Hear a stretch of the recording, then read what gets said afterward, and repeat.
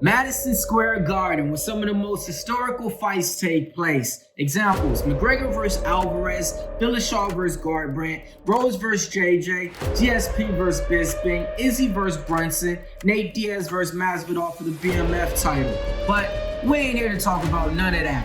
We here to talk about the main event.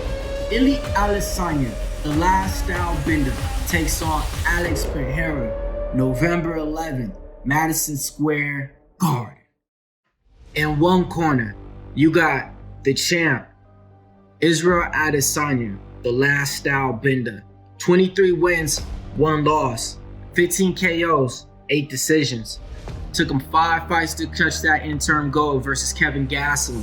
After that, solidified it with Robert Whittaker. Round 2, UFC 243, left hook, put him to sleep. After that, say, hey, give me the tough guys. Who's the big guys that want it? Called out Yoel Romero. Called out Paulo Acosta. Beat him. Made spaghetti at Vittoria again. Beat Jared Cannonier. He only lost to Jan Blachowicz in a different division. Come on now, man. He built his legacy from ground up with city kickboxing, training with some of the best fighters out there like Alexander Volkanovski. Stylebender is something you ain't never seen before and something you better like.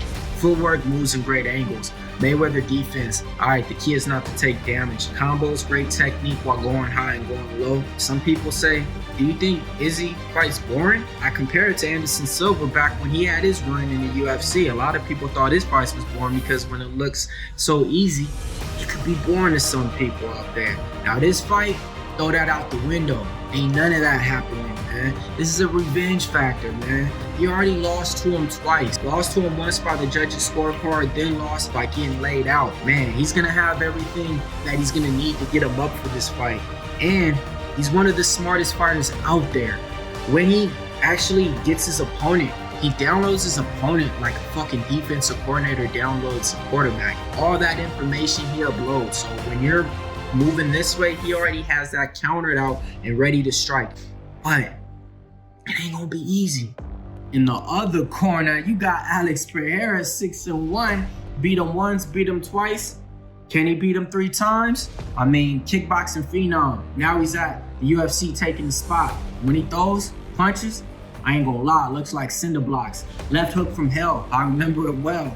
LFA versus Thomas Powell. He hit him so cold, the TV show went to commercial, came back on 5 minutes, and he was still asleep.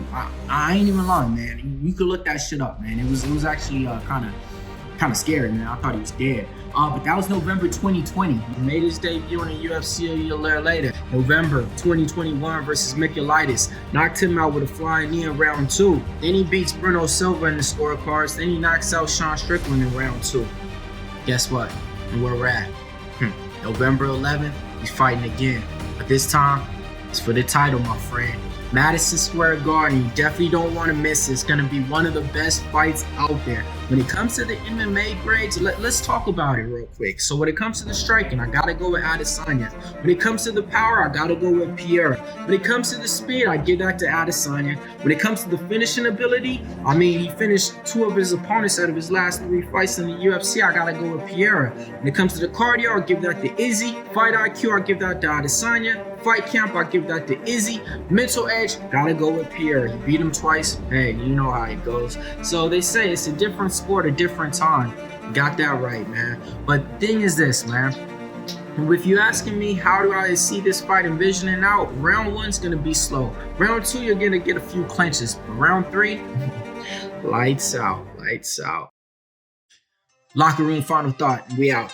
Alright, man, 1 guy's learning the sport. 3 fights in the UFC, 7 fights in the sport MMA, right? 1 guy's dominated the sport, became champion, exceeded expectations on it. It's going to be hard to close that gap. I don't think that we've seen another fighter like Adesanya. The way that he strikes, the way that he moves, it's like a unicorn out there. That's why he is the last Stylebender. If you ask me, this is all the reasons why it's my spotlight fight of the week. So I can't pick up my mind and see who's gonna win the fight, but comment below and let's see if you get it right. MMA Locker Room here. Thanks for paying attention. Pup Sports Radio, your #1 MMA source.